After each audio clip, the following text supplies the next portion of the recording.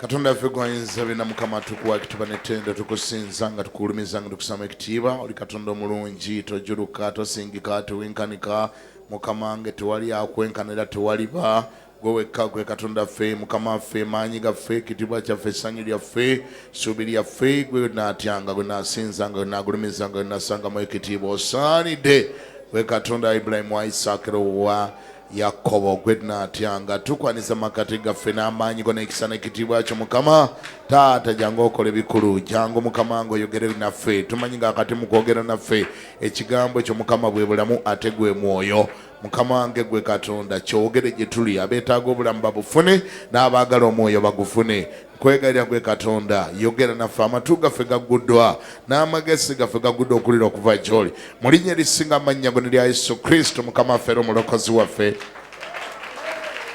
bwe ziba za Yesu engalo ezo zongeremu amaanyi.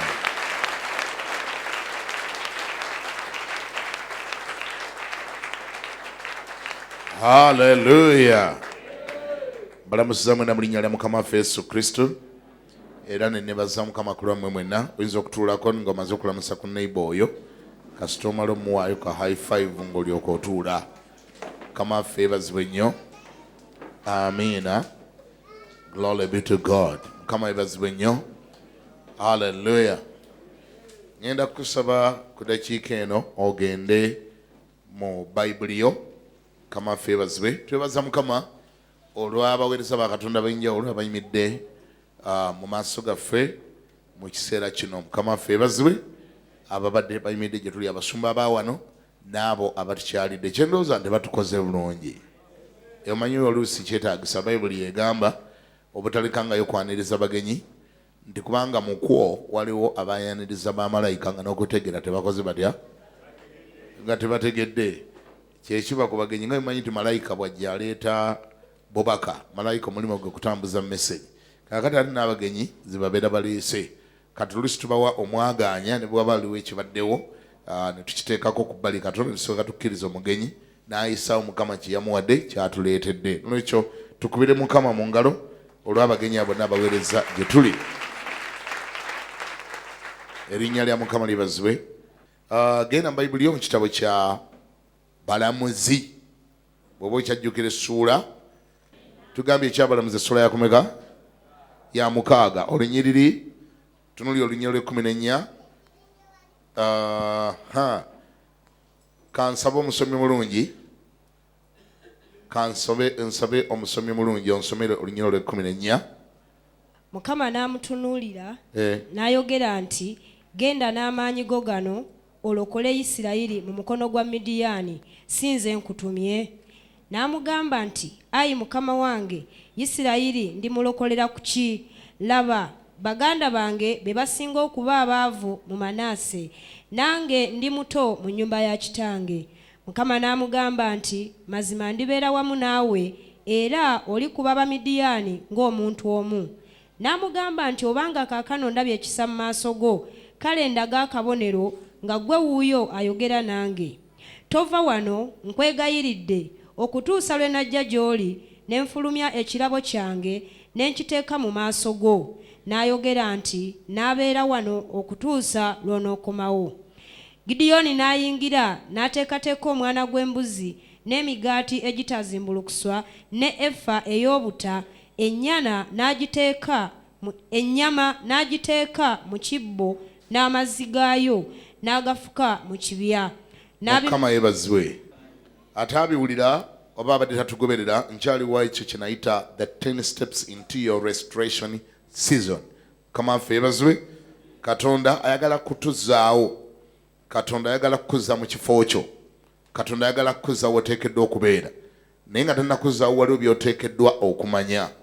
Sitole eno okuva emabega saagala giddamu kubanga obudde tetuyina naye just a little bit of a flashback. Isirayiri wano mu kiseera kino yali nga eri mu katyabaga.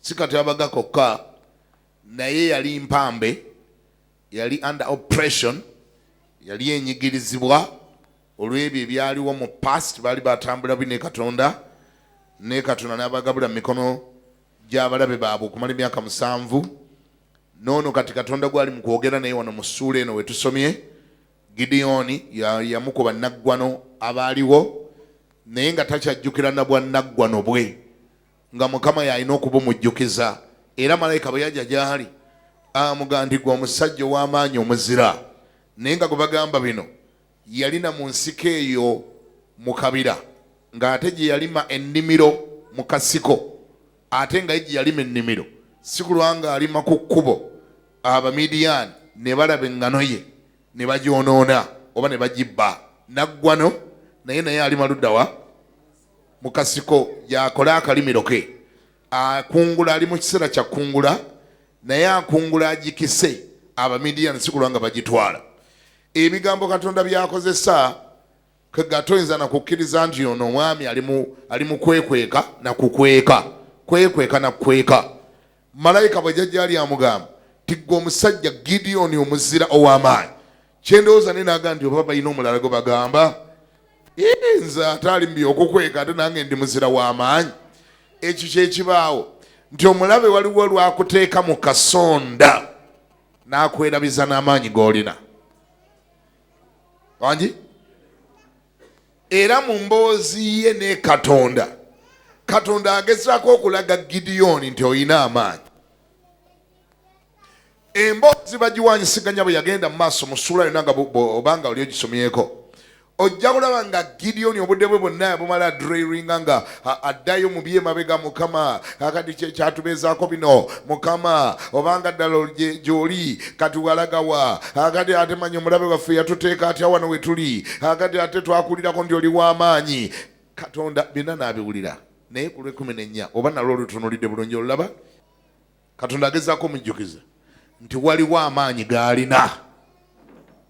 Malayika tamugambyeko nti waliwo genkuleetedde amugamba oledde oyina gw'oyina teweetaaga na malala. Isirayiri waalibadde waginunula dda singa wali omanyi nti ogalina naye embeera yamukba n'emukba n'agage g'alina n'agerabira. Mu bigambo bitono byenza okugamba olwaleero nzize kugamba nti waliwo amaanyi g'olina. Waliwo amaanyi g'olina gewetaaga ozuule gewetaaga oyidentifyinge gewetaaga ogateeka ti practice gewetaaga ogasse mu nkola gewetaaga gatandikeko. Waliwo amaanyi g'olina. Ngambye nti waliwo amaanyi g'okola otya? Waliwo amaanyi g'olina. Ngambira abantu ngo abasatu abakwetero bagende waliwo amaanyi g'olina.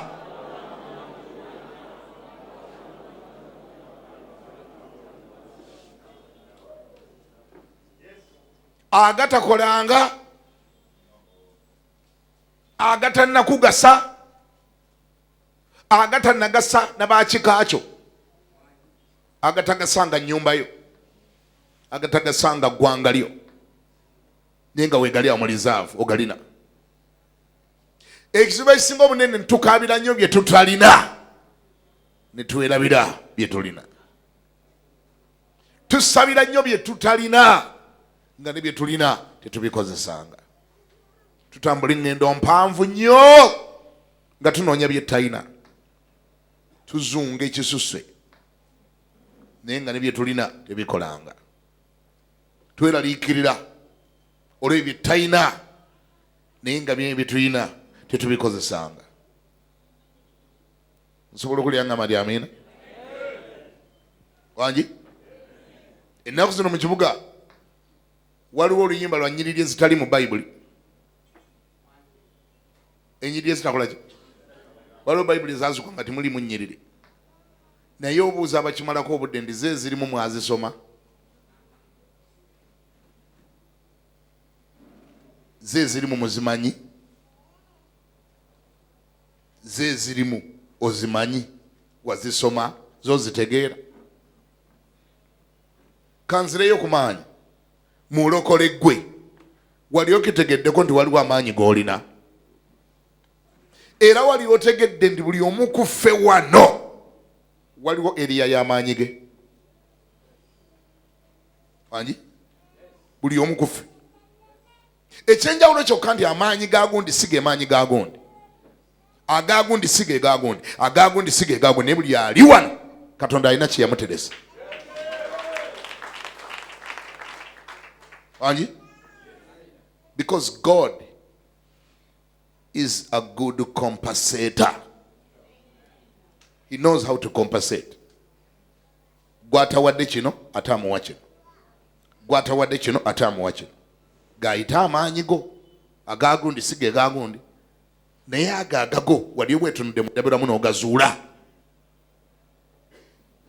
Agago wali otuddeko oba kale togamanyi, wali obaddeko awo n'osaba Katonda akuyambe weezuule weemanye. Omugeni ye Mukama, nze amaanyi agange gali ludda wa? Nze ekyange wakinteresa mu ki? Kubanga ag'amaanyi Katonda ge yakuwa, wanji ngambako nti amiina, ago gegagenda okuliisa ku mmere, gegagenda okutuusa gy'olaga, gegagenda okuwa bye weetaaga. Ago gwe mugabo gwo, amaanyi go gwe mugabo gwo. Naye bina gazuula buzuuzi n'omanya where is my strength. Nze agange Mukama wagateeka mu ki? Amaanyi ago mu bulamu bw'abantu abamu esobola okuba talent. Talent.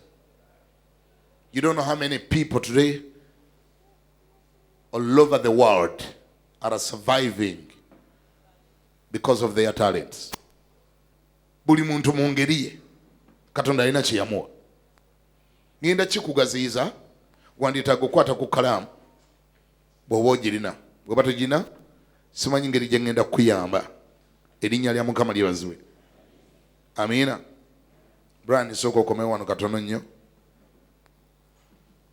Ngenda kikugaziyiriza.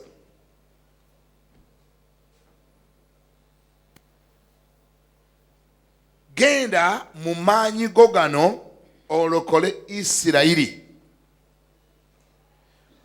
Whereby nti bw'onoozuula amaanyi go we gali, si go wekka g'ogenda okuganyulwa, naye n'ekika ky'ewammwe kigenda kuganyulwa.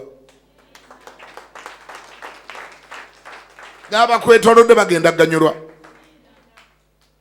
n'ekkanisa yo egenda kuganyulwa, n'eggwanga lyo ligenda kuganyulwa, n'abantu abadde bakulaba nga useless bagenda tandika okulaba omugaso gwe bagambe bannange omwana ono yatukoledde kino. Kyenva nkusaba ofuneyo akadde okafisse okabirire Katonda. Oba onoobana mu kusiiba, simanyi oyinza n'okugattako okusiiba n'ogamba ne Mukama nyamba neezuule. Nyamba nikole ndya? Nyamba neezuule. Nze amaanyi aga nze kiki kye wategeka wempitira, nze mpitira wa? Nze ekyange kye kiri wa? Weezuule. Malayika agamba Gideoni, genda n'amaanyi gano, genda n'amaanyi go gano. Sina gano galeese, ekisinga okuneewuunyisa malayika amaanyi si yagaleeta. Amugamba genda n'amaanyi go gano, genda n'amaanyi go gano.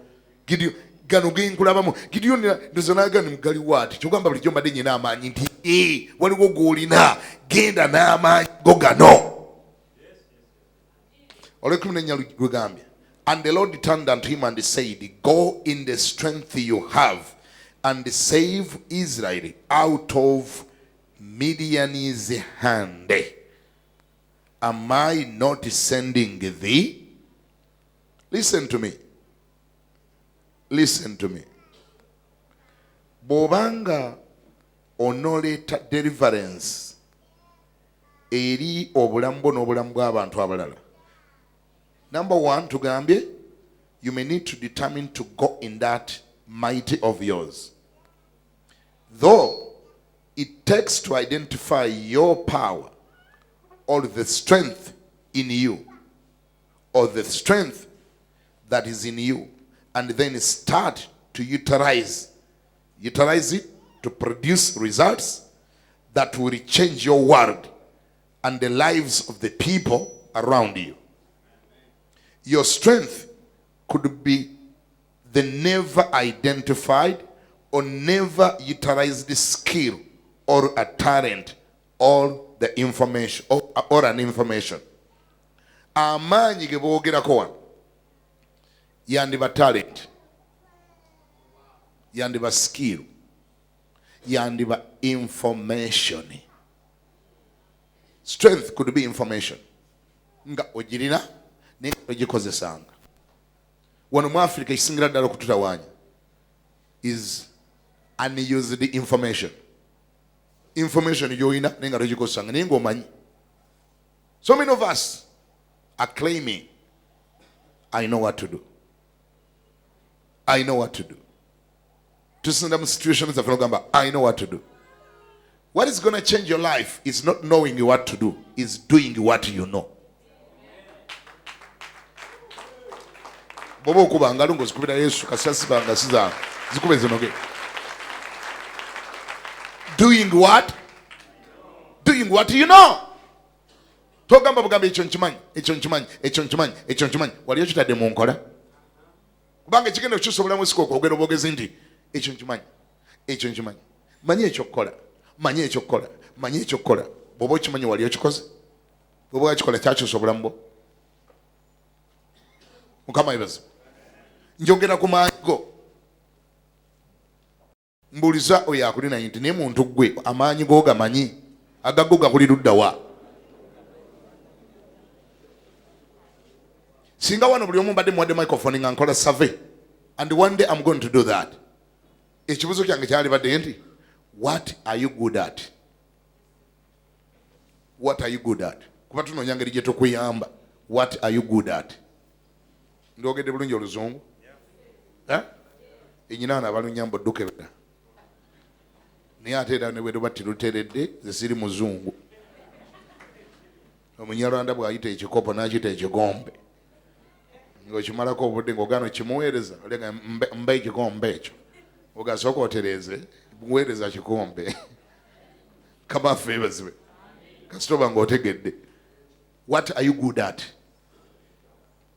Oli mulungi ku ki? Kuba ye Katonda agambye nga tannakuyamba. Ayagala kutandikira ku kyolina. Kubanga tagana kwongera kirala. Olwokuba olina ekirala, olina kyotakozesanga. Waliwo kyotakozesanga. Kiki ekyo? Lwaki okirina? Nagambye God is a fair God. He is good at compensation. Buli omu alina kye yamuwa. Come on, favor. Buli omu alina kye yakola atya? Katonda bwe yamanya. Okimanyi nti Bayibuli egamba nti ekirabo ky'omuntu kimuseguliza. Bayibuli bwegamba ekirabo ky'omuntu kimukola kita?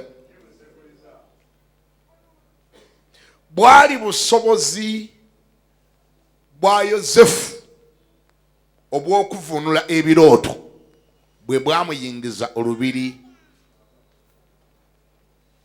lwa Falaawo. Amaanyi ge gonna gaamuli ludda wa? Kuvunula birooto. Awo yayitira. Ebirala bye naye tabirina naye okuvunula ebirooto. Teyali muyimbi, teyali mubuulizi, teyali mumegganyi, teyali mulimi, teyali ki, ne skill gye yalina Katonda gye yali yamuwa kuvunula ki? Ge gaali amaanyi ge. Era omulaba nga yakigoberera, yakitandika akyalina waka. Ewaabwe ne bakikwatirwa obujja, ne bamusuulako mu kinya, ne bamujja mu kinya, ne bamutunda wuli paka Misiri. Ne bwe yatuukayo teyakita, yakiremerako. Yakolako bwawusiboyi awo katono ng'awuguseemu katono kuba munnaye. Embeera yamutunda e Misiri n'afundikira nga house boy. Naye bw'atuuka mu kkomera n'agamba Mukama wano emmere njiriira ku ki? Mukama wano ŋŋenda kulya emmere njiriira ku ki? Ku birooto. N'abitandikako ng'ali mu kkomera. Ngambye n'embeera ne bwekutwala nga mu kkomera teweerabira ng'okuvunula ebirooto bw'obanga ky'olina. Kubanga era omulaba bw'ateemulugunyiza Katonda, bw'ataayomba, bw'ataateekako attitude, bwe yasigala ng'akola ekyo Katonda kye yamuwa. Era omulaba mu kkomera gy'avvuunulira abantu abaakiteeka on record, abaakinyumya leeta mu matu ga Falaawo. Falaawo n'agamba nti oyo abivvuunula mumundeetere, anzivuunulire na kino ekyange ekyagaanye okuvaawo nga prime minister. engalo ezo ziri kubye emiggo mu ggulu.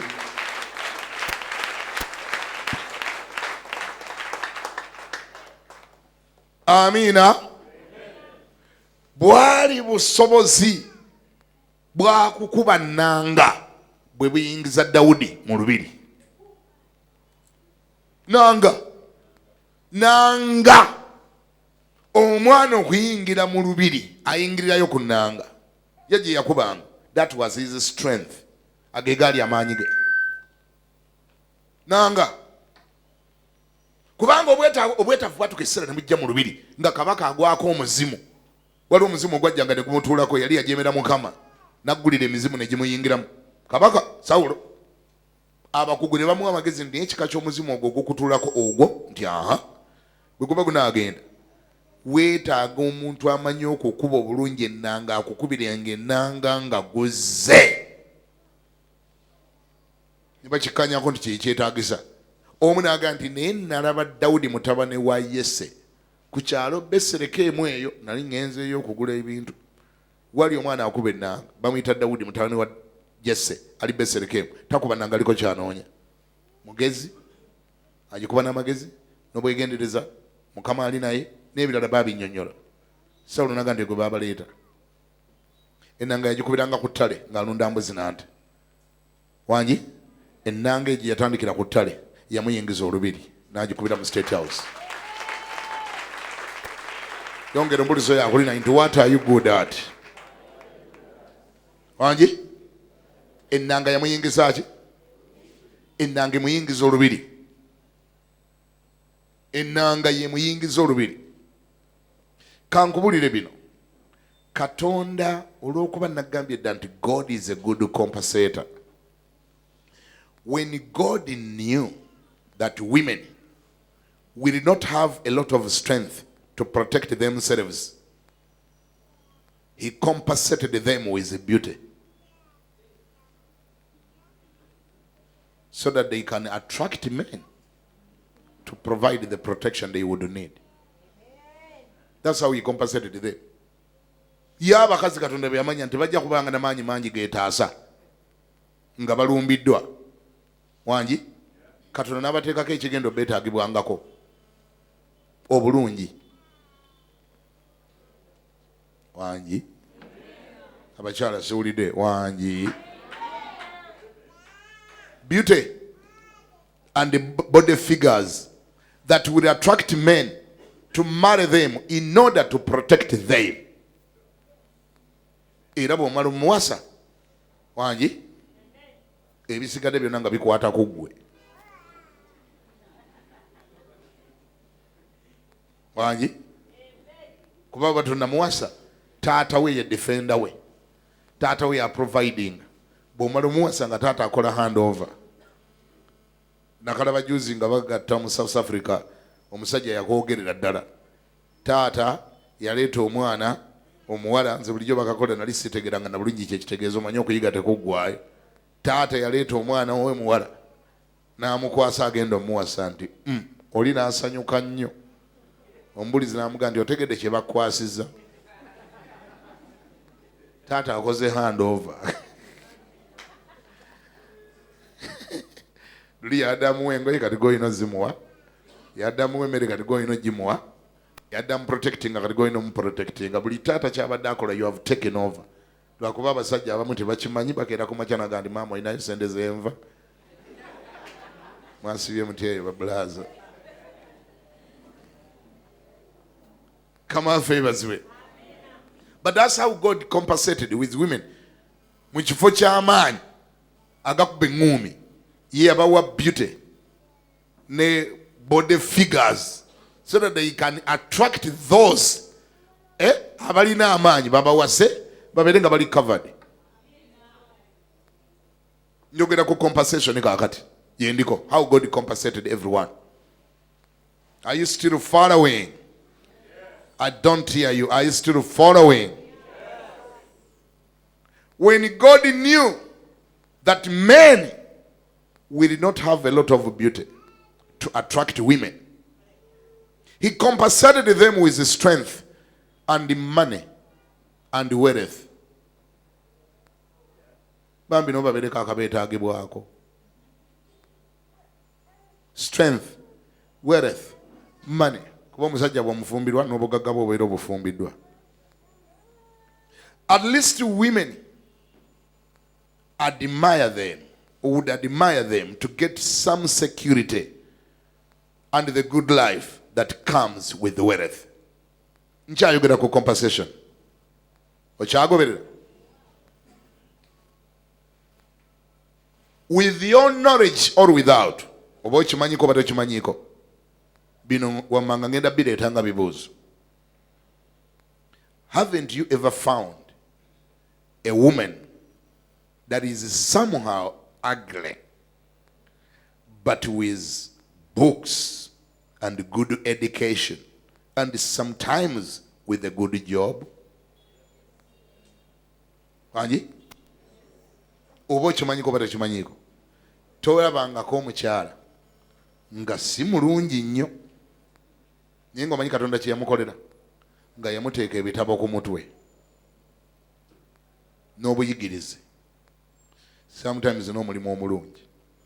Okyamunyoomanyomba bw'ayimira bw'ati okukwata akazindalo neyennyonnyolako, munenga emitwe mirina giteeka wansi.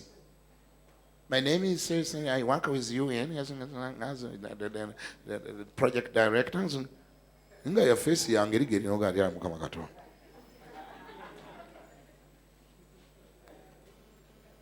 Wanji nga ye compensation ye eri awo face teyavaayo nnyo.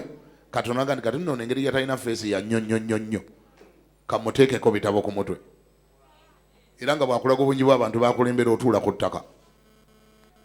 N'anaamuwasa ng'ebyo byagatta naga nti ate oyo bwendeko oyo mba ntegeera. Gamba ne bakuna ndi compensation. Wanji okyagoberera? Haven't you ever found another woman uneducated but so beautiful? Tolabangayo omulala nga ye teyakola ki, nga teyasoma bitabo tebyawera, ne Mukama n'akimanya nti ono nno obwongo bunafunafu tajja kusoma nnyo, kamuteekeko beauty. Nga bw'omulaba kw'okomya amaaso noga nti kanagweramu eyo ekijja kijje. Gamba ne bakuni ndi compensation. Talina bitabo bamuwa beauty, ge maanyi ge. Jukira wairo njogera ku maanyi go. Ye ge maanyi ge waayitira awo waayabulira okyagoberera. Haven't you ever found another one with somehow an ugly face, but with an up-to-date figure or a new model figure? Toyina gwe wali olabye nga ye face si ya nnyonnyonnyo, naye muganda wange nga figa kw'okomya amaaso, nga figa ya ddala new modolo, era nga abamulabako baga nti ebyo akabulamu kanagweramu eyo. Gamba nimba ndi compensation. Ate tolabangayo mulala nga ye face gy'alina nga figa tewali, iringa y'Abayindi, mugongo nga gulinga gw'Abayindi, gwa flat screen.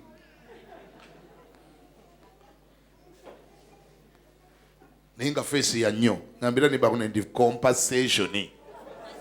Ebintu ebyo ndabina Katonda yabitegeka n'amanya ono amaanyi ge nga tadde wano, amaanyi gono nga tadde wano, amaanyi gono. Jjukira njogera ku maanyi go agago g'olina, nti nga tonnakaabirira ky'otalina waliwo kyokola otya. Yongera ombulizo ya naye bakulina nti gw'oli, what are you good at? Oli mulungi ku ki? Wali amaanyi go. Haven't you ever found a woman who is a flat back, who is a dot-com face, mugongo nga lubaawo nenga face avuganya nemba nalungi. Kati kiri kyatalina si ye issue, kyalina ye issue. Era Katonda we yateeka amaanyi gaabo okubaza Yesu okubazange.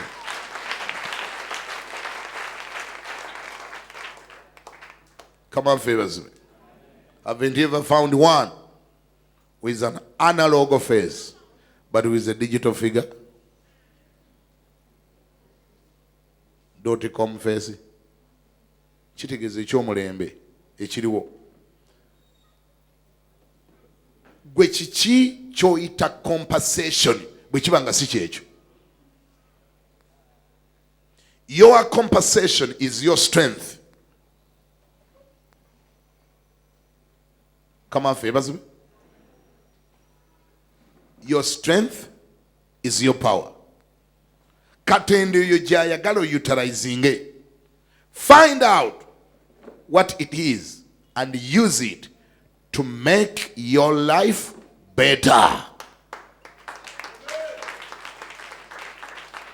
Stop crying for what you don't have, but instead learn to thank God for what you have and use it. Dekera okabira Katonda ebyo byotalina, zuula kyolina okikozese kikyusa obulamu bwo. Verse 15 egambye etya? Gideon asked, how can I save Israel? My clan is the weakest in Manasseh and I am least in my family. Okay? Ekyo omukiso omulungi ako nakanyonnyola dda saaga nakaddamu. Kalaga omuntu ali affected, omuntu alina ebyafaayo nga byamu affectinga. Kalaga omuntu alina gye bayita trauma oba trauma. Kubanga bayinza batya okumala nga bakunnyonnyodde ebyo byonna nga bamaze obinnyonnyola ate noddayo ku kikadde. Mulokole weewale amabwa ge wafuna mu byafaayo, weewale ebiwundu bye wafuna mu byafaayo, bigenda kulemeza mu kifo wooli nga buli lwoboogera ekikutwala mu maaso goddayo ku kikadde, oddayo ku mabwago, oddayo ku biwundu byo. Wangula trauma yo, wangula ebyakukosa, wangula bye weemanyiiko, kkiriza mu kipya ekiriwo, kkiriza mu Katonda kyayogera. Bagambye genda n'amaanyi gaago ate toleeta wolokoso. Lwaki oddangayo ku kikadde? Wangula ebyafaayo byo, bigenda kukumira mu kafo kamu nga buli Katonda kyayogera okiwootalinga down, buli Katonda kyayogera okiwootalinga, buli kyeboogera naye ate kagamba ogenda amaanyi ago naye ate amaanyi ganaali gagendeddemu naye kagamba ate nala ate waliyo ekizibu kino ate waliyo emitawaana gina. Bagamba genda n'amaanyi g'olina. Kampulireyo omuntu omuwaakiri aŋŋambe nti amiina. Ngenda kusoma la 15 lwokka kubanga olwaliro nalyagadde waakiri bwe kiba kisoboka nfundikire topic eno. Olwe 15 bw'oba yaga kuwandika points zenjogeddeko. Overcome the spirit of low self-esteem. Your family background is not the issue. Here is your new relationship with God. Get over the success level of your father and your biological family level. Kubanga omwami ono bye bimuze mabega alese ebya family. Get over that. Webaakoma si ye issue, ye baalaga si ye issue, kye baali si ye issue. Katonda gw'olina olwaliro ye issue mu linnya erya Yesu. Why? God is not going to use you according to the success level. The success level or the prosperity level of your father and the family. Si byagenda okwesigamako nga akozesa. Your performance is not going to depend on the economical status of your biological family, but will instead depend on the economical status of your father in heaven. Philippians 4:19. Obuwanguzi bwe tubugenda kwesigama ku taata we yakoma kyali oba kyatali, family yo we baali kye baafuuka ne kye bataafuuka nedda. Success yegenda kubeera determined by the prosperity level of your Father in heaven. Amina. What is the prosperity level of the Father in heaven? Philippians 4:19. Wanji? Ani asobola okulaba mangu akatusomere. He will do what? According to your Father who ayedire. God will supply all your needs according to chikache wamwe. According to what? Wanji? Wali wakala wa speed wali wakalabye. Mululimi chokalabye mululimi chakaina. 4:19. Agambia ta. Ba Philippi nyako na mwenda agambia ta.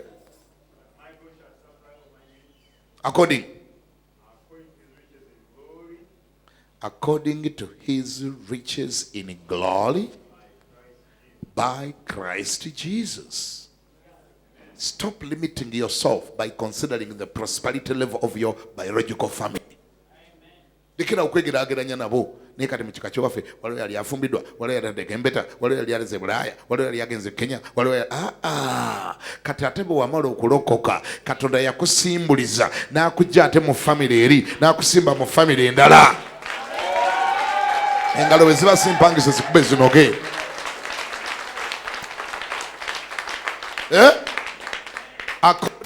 According to his riches in glory. Awo baba wesiba bubangula muze bintu by'abantu biramuze ngango sinzidaawo. Wanji bobanga wetunulya mu future bogenda okubeera wetunulire ng'olabaawo. Kansembyeyo kanani anangumikiriza nkamalirize. Onongumikiriza ngenda kusoma Olw'ekumi lwokka lwensoma ani alulaba? Olw'Ekumi 16.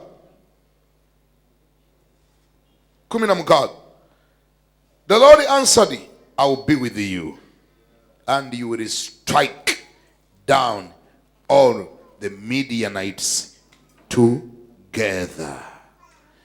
It takes to know that God shall be with thee all the way in that which he has called you to do. Kitegeere ndi Katonda agenda kuba naawe, agenda kutambula naawe mwekyo kyakuyisa okukola. It takes you to know that the most important thing you need to go with in this journey is God. Wanji? Chiweetaga ekikulu ennyo genda nakyo si ye kitaawo oli ayeddira enkoko.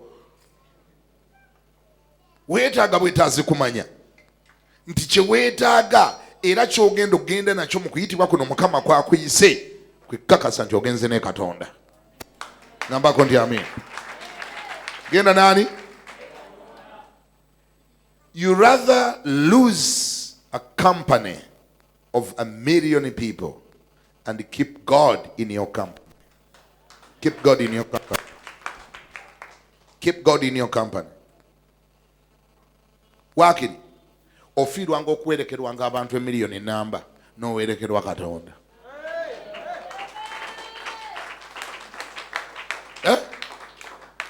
Wakiri abantu 1,000,000 namba bakwesalangako naye ng'osigaza Katonda. Bulijjo noonyanga side oludda Katonda kwali. Noonya oludda Katonda kwakola ate. Sasa abantu kwe bali noonya oludda Katonda kwali. Era bwabangawo argument yonna mpaka zonna wabangawo ebisalibwawo wabangawo oludda olw'okulondako weetegerezanga nnyo ng'ogenda okulonda side kw'onoobeera. Tonoonyanga side okuli abantu abangi wabula noonyanga side okuli Katonda.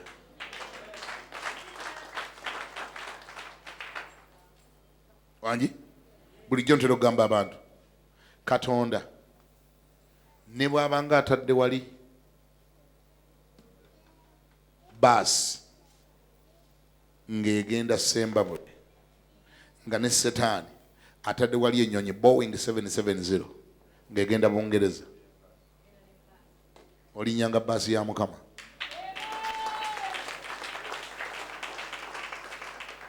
Engalo bwe zibadde ntono seewuunyiza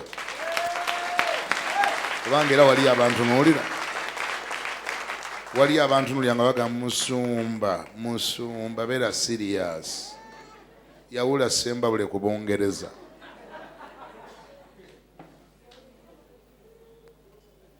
ngenda nsaba wakiri ngenda nsaba era netuuka nga sitaani yagivuga.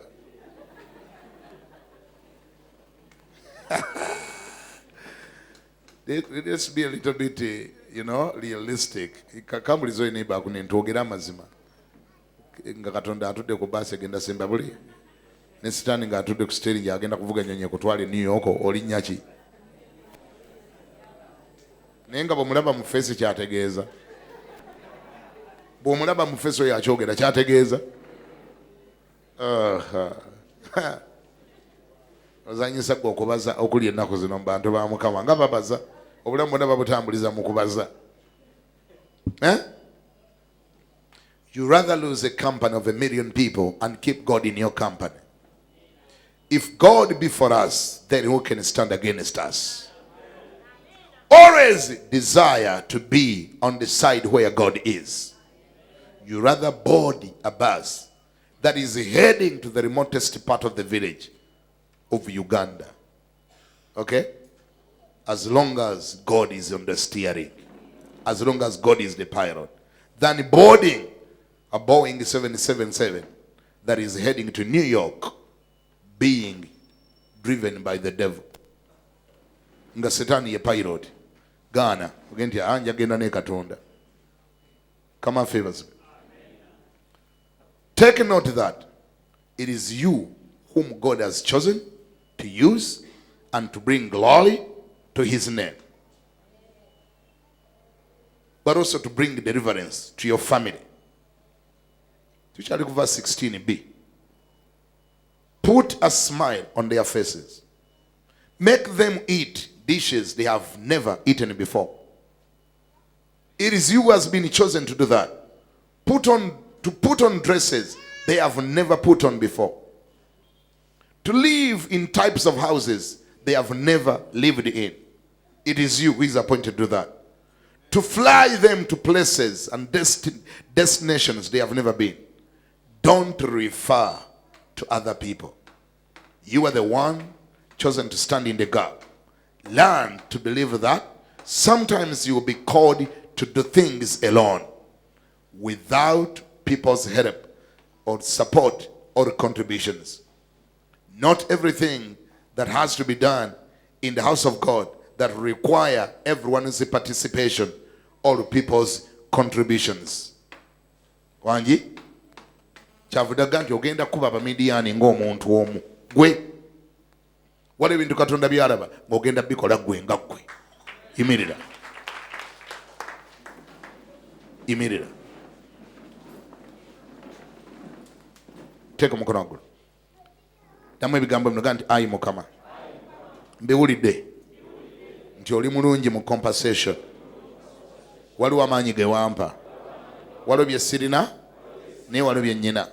Olwaliro nzijukizizza nti ebyo bye nnyina by'ogenda okukozesa okunzija wembadde. Era oŋŋambye ŋŋendere mu maanyi ago. Oba nageerabira kale ganzijukize. Oba nze sigalaba kale gandage. Ayi Katonda mbikkulira kiki kye wateeka mu nze ekikyusa obulamu bwange n'abw'abalala, ekyusa eggwanga lyange n'ensi yange n'ekyalo kyange n'ekika kyange n'abantu bange n'ekika kyange ne baganda bange n'ekkanisa yange. Kiki ekyo taata kindage ssebo mu linnya lya Yesu. Mikono gireka waggulu nange naakusabira. Taata ayinza bena Mukama nkwade ekitiibwa n'ettendo Mukama n'ekigambo ekibuuliddwa. Abaana bo bano Mukama ab'obulenzi n'ab'obuwala bawulidde ekigambo nga bwe wakimpa emyezi 2 egiyise Mukama ng'okubikkulirwa kuno lwe wakumpa n'oŋŋamba nkubawe nkulemereko paka nga nkubawadde era naatera okutuuka ku nkomerero ya kino kye wampa okimalira mu mitwe gyabwe. Naye nkwegayirira leka buli ekyogeddwa kireme kusigala ku ttaka era abaana baleme bitwala for granted. Bangi oyagala bakozesa, bangi oyagala bakozesa okununula eggwanga eggwanga, amaka gaabwe, ennyumba zaabwe, ensi eno, ebika byabwe bangi Mukama wadde ng'ate bebalabika nga abakaaba naye ate bwewadde obusobozi okusesa abalala be bagenda okusesa abalala be bagenda okuliisa abalala bagenda okwambaza abalala bagenda okubatuusa gye batatuukanga genda gye batagendanga. Kyenva nkusaba ssebo nga bwagamba Gideoni genda n'amaanyi gano mazima nga gali ku ye nga ye abadde tagalaba ewiiki eno n'olwaleero lennyini omuntu nga zeeye waka mwerage mu kirooto mubikkulire wamuwaaki wamuteresaaki kiki ekyo kyabadde alina kyatakozesanga kiki ekyo kyatayutilizinganga kyatatululanga. Omukazi namwandu tumujjukira ekyamutaasa kaali kasumbi k'amafuta naye ng'ate yali akalina ewaka naye nga takalaba nabbi n'amubuuza olina ki mu nnyumba yo n'aga nti tewaliyo kyennyina mpozi nnyina kasumbi. Nabbi n'amugamba ako ke kagenda okutaasa baako omuntu kyomubikkulira Mukama ng'ate yabadde akirina ekigenda omutaasa kimujja ku levo w'abadde kimutwale w'atabadde era ngoba emizimu egyakikweka ekyamulemesa okiraba ngikutula ngikuba mu linnya lya Yesu njokyana omuliro egyamulemesa okutegeera amaanyi ge okutegeera bw'azitowa otegeera g'alina otegeera ky'alina mu nnyumba otegeera ky'alina mu bulamu bwe mu linnya lya Yesu kubera Yesu engalo ng'omwebaza.